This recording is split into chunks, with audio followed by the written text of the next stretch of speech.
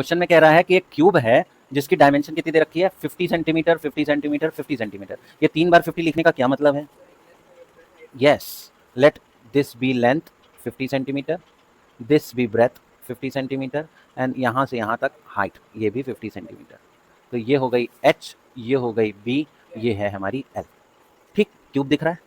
तो एक क्यूब है जिसकी ये डिमेंशन है, तो इसका प्रेशर आप निकालिए अगर इसके ऊपर 25 Newton is placed on the table, है ना। तो यानी कि फोर्स कितना है? 25 न्यूटन का फोर्स इस पे अप्लाई किया जा रहा है।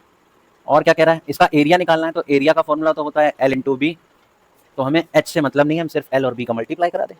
तो L इंटू बी में L की वैल्यू है 50 सेंटीमीटर इंटू 50 सेंटीमीटर। अब ये भी सेंटीमीटर में है, so we should convert it into metre square. तो उसके लिए क्या करना पड़ेगा?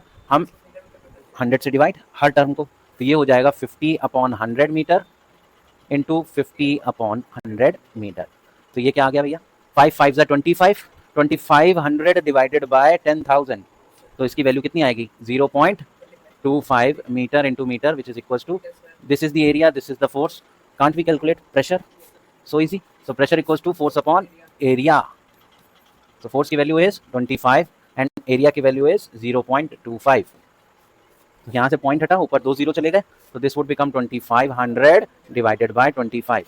25 को 25 से काटा 1 बार में और ये हो गया 100।